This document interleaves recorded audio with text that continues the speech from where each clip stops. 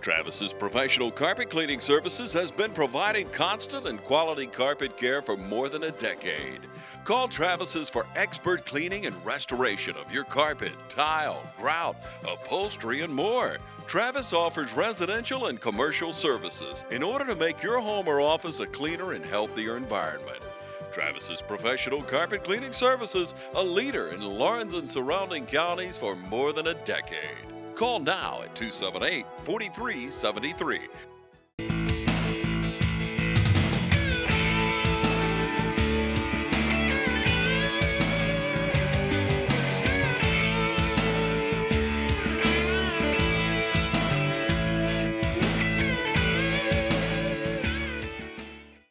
Well, Rick Allen, and I'm the representative for the 12th District of Georgia in the United States Congress. It's great to be here working with our students today in Lawrence County. And we're talking about the Every Student Succeeds Act, and that's a bill that the President signed into law back in December. And we're very excited about it because it repeals No Child Left Behind and removes the threat of the federal government imposing Common Core on our schools. It allows our school teachers to make local decisions on innovation in education. And everything is driven bottom up in education. And we've given that power back to our teachers. We've gotten the Secretary of Education out of the classroom, and we've returned control of the education to the states by block granting the funds to the states and letting the states make those decisions. Today I was interviewed by the Student Council here, and we've learned a lot here today about what they're doing here at this school and the innovation we're seeing, particularly in the pre-K. It's just amazing what's going on. Glad to be here. Well, Congressman, we have some additional student council members with us now, and they have prepared some questions they want to ask you about being an elected official. Because as we said, they're also elected officials and leaders in our Congratulations on your election. Thank you. And you know, we have an election coming up on May the 24th, which is the primary. And in the primary, it's you know, the Republican Party and the Democratic Party each hold a primary. And there are two candidates in this district in the Democratic primary, and then there are two candidates, myself and another person, in the Republican primary. And then, of course, that's May 24th, and there won't be a runoff because there are only two candidates. And qualifying was actually last week. Last Monday I qualified. And then in November, the first Tuesday of November, is what is called the general election. And that's where the Republican candidate and the Democratic candidate will run against each other in November to decide who our next member of Congress is. So I am running for re-election. I've never run for re-election before. And so it's a new experience for me. But things are going very well. And we're doing some neat things, particularly in education. And so with that, I'll be glad to take your questions. Okay, when it's your turn, make sure you state your name, tell him whose class you're in, what grade you're in, okay? And then, and what office you have on student council. And then you can ask one question, okay? Okay. All right? And we'll start with Justin. My name is Justin Roger. I'm in 5th grade. I'm in Miss Sanders' class, and I'm a class representative. And I wanted to ask you, what kind of laws would you support to help keep our schools safe from like shooters or something? Right. Well, number one on everyone's mind is national security, and not only from a foreign enemy, but also, you know, we've had some issues inside our own borders, like San Bernardino, and of course September the 11th. After the horrible tragedy in Paris is where I probably learned more about security than than my time in Congress. We have been involved in more classified briefings in this 114th Congress than any Congress in the history of Congress because of the security threat. But the way to keep our schools safe is local law enforcement combined with our national law enforcement, which is the FBI, the CIA, and of course our state law enforcement, which is the GBI having those people work together, because believe it or not, they know who the bad people are. And so if we can monitor that situation and make sure those people don't have access, to our schools, then we can stop these terrible tragedies that you hear about across our nation. Do y'all have a security officer here at your school? We have one that is assigned to our zone. Right, okay. And he's available if needed, Okay. but he's not here every day. Well, in certain counties, there actually is a board of education police department. And there are, depending on where the school is located, 1 to maybe even 3 officers dedicated to each school to make sure that school is safe. And so, again, our law enforcement is doing a great job.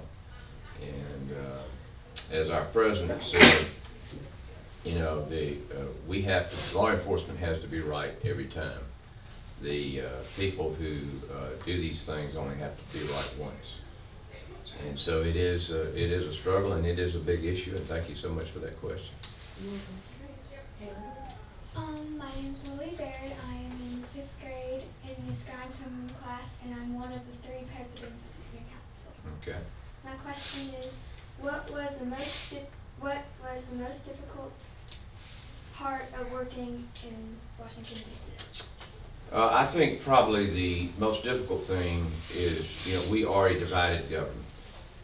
And I had great intentions of improving certain aspects of our, that affect, primarily, I'm a business person, and my parents were in education. They're affecting education and the business community. And because in divided government, you have people who have one ideology versus another ideology. I'm a conservative. The other group has been labeled as progressive. And so I believe we hold on to those things that have made us great. And so my big disappointment was the ability to get things done. And that results in going back to our Article 1 balance of power. There are regulatory agencies like the Department of Education that were created by the Congress that have overstepped their jurisdiction.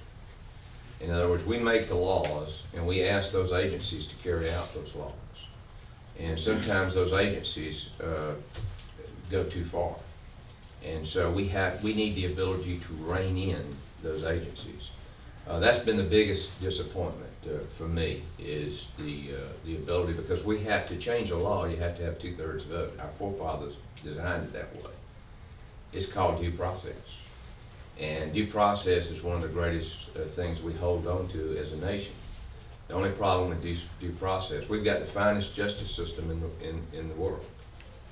But it takes time. It's a slow process. And some people are a little impatient, and I'm one of them. And so I'd like to move things along further, because I know how to grow the economy. And because of my mom and dad's experience in education, I feel like I know, in my work on the Education and Workforce Committee, I know what I feel like I know what our students and our teachers, and I listen to our teachers and our administrators. They come to see me in Washington, just as your principal did, and they sit down with me and tell me what their observations, and then I take that to our leadership on our committees and to our leadership in our conference, and we try to solve those problems. And like I said, the big disappointment is the slow process, and the fact that we have to restore our Article 1 balance of power so that we can oversee these and rein in agencies that the Congress creates laws, and we fund the implementation of those laws. And we need to have oversight over how those laws are being implemented. Thank you for your question. Very good question. Okay, my name is Lauren. I'm in 4th grade, and I'm in Horns homeroom, and I am the secretary. And I was wondering if your dream has always been to be a Senate. You know, I never, my family has been involved in public service for generations. My brother he was a commissioner in my home county of Columbia County, which is the northernmost county in the district. My father was a longtime member of the Board of Education and chairman of the Board of Education, and then eventually retired off the Board of Education and went into as in administration in the school system, which is one of the fastest growing in the state. And so, you know, had a lot of knowledge from that standpoint. But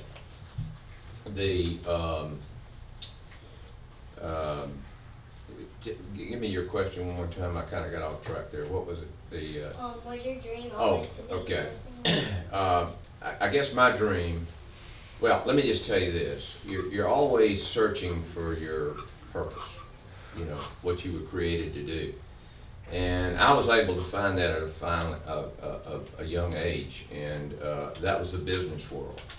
The greatest gift that my Creator has given to me is the opportunity to give someone a good job and to give them the dignity and respect they deserve in that job, to allow them to provide for their families, to give to their church and their communities. I was able to do that by starting a business when I was 25 years old. I thought that's what I would do the rest of my life, to be honest with you. But there's a season for everything. And I realized that my season in that business about 8 years ago, and my leadership in that company was over. And so I was wise enough to allow the younger generation to take over the management of the company, and now they're taking over the ownership of the company. So that gave me the opportunity to really go try to make a difference. And I looked at the mission field. I looked at several things.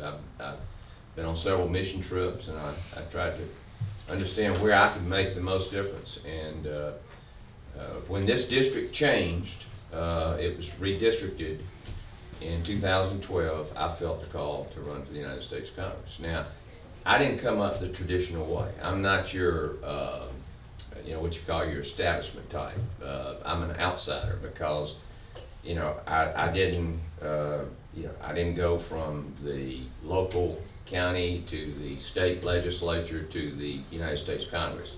85% of our members go through that process. And I was a business person, I was an outsider, and I ran for the United States Congress in the 12th District of Georgia. I felt called to do that at that point in time. Was it my dream? No. But thank you so much for giving me the privilege to not only sit here today and talk to you about the needs of the country, but also the privilege to serve you and your folks.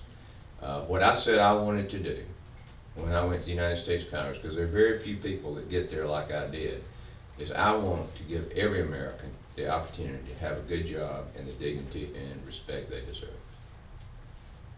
And that's my vision statement for this country. And if we do that, most of our problems will go away. Yes, ma'am. Thank you. Great question. Hi, I'm Jeff Cannon, President of Citizens Bank of Lawrence County. Is your bank outgrowing our community, or has your bank completely left our community? Here at Citizens Bank, we are a full-service financial partner. We offer everything from all types of deposit accounts, debit cards, online banking, to mortgage loans, 24-hour ATM, telephone banking, and commercial and consumer loans. We are home to Dublin-Lawrence County Student Advisory Council, which will be entering its 12th year this fall. We are large enough to offer all the products you want, but still small enough for you to receive the personal one-on-one service you deserve. Stop by and see us today and you'll discover why we are Dublin-Lawrence County's community people. Citizens Bank of Lawrence County, member FDIC, and an equal housing lender. My name is Eleanor Ruth Mullis. I'm in Miss Taylor's homeroom. I'm in 3rd grade. And I would like to ask you, I know that you have worked hard to support economic growth and business in our area. Do you think the expansion of the port in Savannah will have a positive economic impact on Lawrence County in the upcoming years? Absolutely. And I will tell you this, for every dollar we invest in our port is $5 of economic growth. and I'll take that deal every day. You know, what you need to understand about people like me is in order to get results, you have to invest something.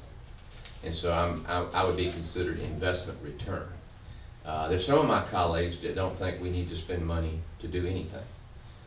If we're spending money to again put people to work and for economic growth, I think the government should do that. Again, I think we need to live within our means, but you have to understand something. For every dollar that the government puts into the Savannah port, that's $5 that's generated into this economy. It comes back to it pays for itself multiple times, these investments.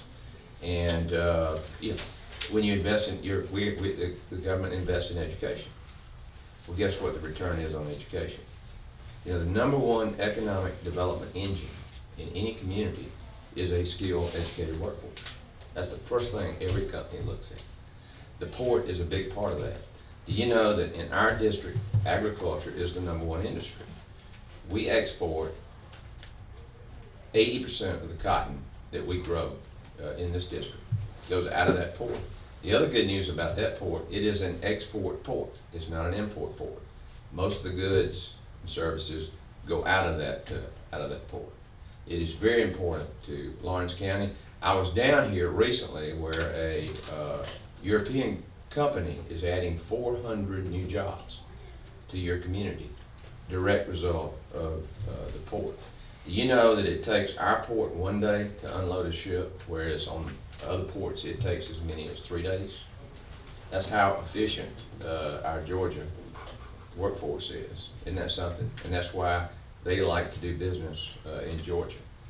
We also have you've got a number of industries here that are located here because of the port, and that'll continue. Thank you. Great question. Okay. Good morning. My name is Ruthie Haygood, and I'm in Miss Grimes' homeroom, and I'm in the 5th grade, and I am one of the 3 presidents. And I don't know if she already asked you this question. Did she ask you if what persuaded you to want to do this? What persuaded me? Actually, it was a phone call that I received about 7 o'clock in the morning from my brother. And you know, again, I was kind of looking for a way to make a difference, and really hadn't. I mean, it had been talked about. Other folks had talked about, maybe you should get in public service, but like I said, it wasn't something that I really thought I was going to ever do, to be honest with you. But I got the phone call from my brother, and what he said made a lot of sense to me. And I had no idea how difficult it was to do this, because my family, my wife, and they've had to give up a lot of what we were doing to do this. But again, there are only like 11,000 people in this country that have ever served in the United States Congress. And so I'm one of 11,000. What an honor that is. And like I said, I believe in the 12th District of Georgia. Our colleagues are very envious of what we are doing here in the 12th District of Georgia, not only on education, but on workforce development. And in the last 3 weeks, I have either been part of an announcement or cut the ribbon on 1,500 new jobs. We also have the opportunity in this district, and this is something you need to know about, and you need to look into it. We have the opportunity to be the Silicon Valley. How many of you know what Silicon Valley is? It's the technical capital of the world. And we have the opportunity to be the Silicon Valley of the East Coast, because innovation and technology is driving the economy today. It's very important, and it's going to happen right here in the 12th District. How great is it to be a part of that and the development of that? So it's a unique time in history, and so I'm just honored to be a part of it, and it kind of fits with what I've been involved in my entire life, and that's growing jobs and growing the economy. Thank you. Hi, my name is Nadia Hart. I'm one of the 3 presidents. I'm in Miss Carol's homeroom class. What was the first thing you did when you became a congressman? What was the first thing? Okay, orientation. I learned how to be a congressman. We did 2 weeks of orientation, and it was nonstop.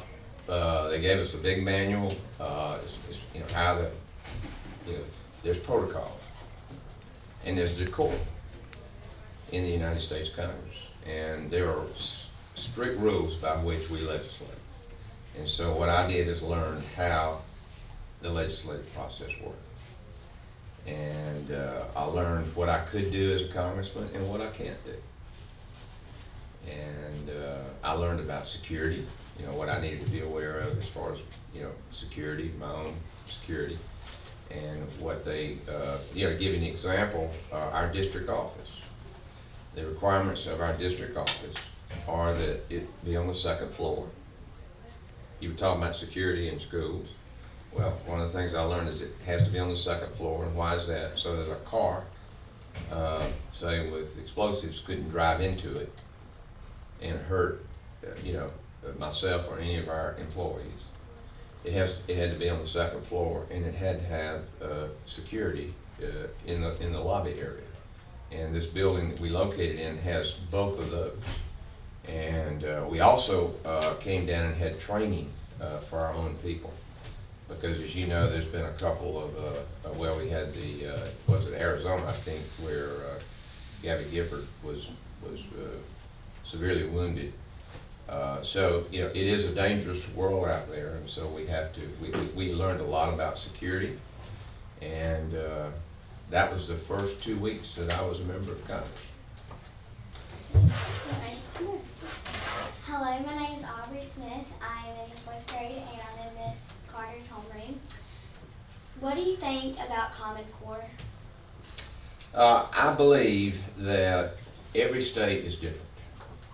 I believe that every child's needs are different. We've got 7 billion people in the world, and none of us have the same fingerprint. We're all created very different. Education is a very personal thing, and you can't legislate education from Washington, D.C. What I've learned in my lifetime to be successful is everything is bottom up, not top down. Meaning that education starts at the local level and then goes to the Board of Education as far as the county, and then the county to the state. And really the states should be in charge of education. The problem with Common Core was it was going to be legislated on every state. And one size fits all does not work in this country. That's why the education bill that we passed repealed No Child Left Behind. Because again, it was a one size fits all designed by someone in Washington who probably doesn't know exactly what we're trying to do in our local area in education. All innovation starts at the local level and is driven up. And so what you'd like to have is what we have now. We have a law that says, okay, we're going to fund it. Here are your boundaries. You do have to have compliance, but we're going to leave it up to you. And if your students succeed, then you know the federal government is out of it. If you do have problems, then the federal government would come in and try to assist. Not take over, but just say, how can we help you? And that's the new role of the federal government. Basically is to let you get the job done and get out of your way and provide the tools that you need to get a good education.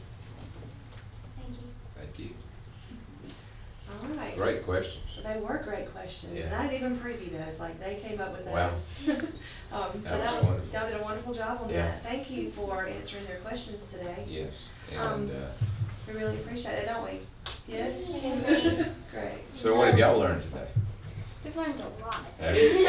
A lot. Well, I want you to, do you have a class trip to Washington? I think you need. My sister and my Okay. church. Yeah. My church is going. Every in high school should come It's to either Washington, next year or and we'll be glad to, we have staff that will organize that for you and give great Capitol tours. We can get you on the House floor. We take a picture of you on the House steps, and we'll show you how your government works. And I think every young person needs to know how your government works, and every young person needs to, when they reach a certain age, needs to do what? Go to Washington, D.C. Go to Washington, but you have one right in this country that many countries vote. How many of your parents vote? Good. That's great. That is a right that we take for granted, and it's very important. Very good. Okay? Do you work with the president? I have met the president one time. And that was at the White House Christmas party. And he was there, and we had a nice chat. And, you know, he's a golfer. And of course, he asked where I was from, and I said Augusta. And of course, how many of you know what goes on in Augusta in a couple of weeks? The Masters? The Masters. He was very interested in the Masters golf tournament. I went there last year. Did you? Yeah. He talked about, you know, what a great tournament that was, and what obviously a neat area that I represented. But it was just small talk, and that was it. That's the And did you only go to time. the White House one? We were there. That was the only time I've been. Was the Christmas party. My wife has been twice. So you're mainly kind of like for Georgia? Well, I work in the House of Representatives. So what we do is we make the laws, and we fund the administration of those laws. We send those to the president, and the president and his staff and the many agencies that the Congress has authorized implement the laws. And sometimes the president and the Congress disagree. It's 3 branches of government, remember. And when the president disagrees with the Congress, guess who decides? The courts. That's where the Supreme Court comes into play. And we voted on an amicus brief on Friday where we enjoined a lawsuit against the president that's going to the Supreme Court. And it's over executive amnesty. So do you know like all the representatives from Georgia? I do. Do you know Mr. Matt? Yes, Mr. Matt Hatcher, I do. I was with Mr. Matt. We were in the State House. He's at the state. And of course, I'm in Washington, he's in Atlanta. But we were at the state with my other colleagues who from Washington and Georgia. Anybody know how many representatives we have in Georgia? 9. We learned this last year. 14. Yeah, 4 Democrats and 10 Republicans. And then we have 2 senators, and they're both in the Republican Party. So that's your representatives in Washington. And then, of course, in the state, you got Mr. Representative Matt and others. You have a senator here. Senator Walker is your senator here. So, but we work with them because there's certain things that the federal government in Washington and the state government have to work on together.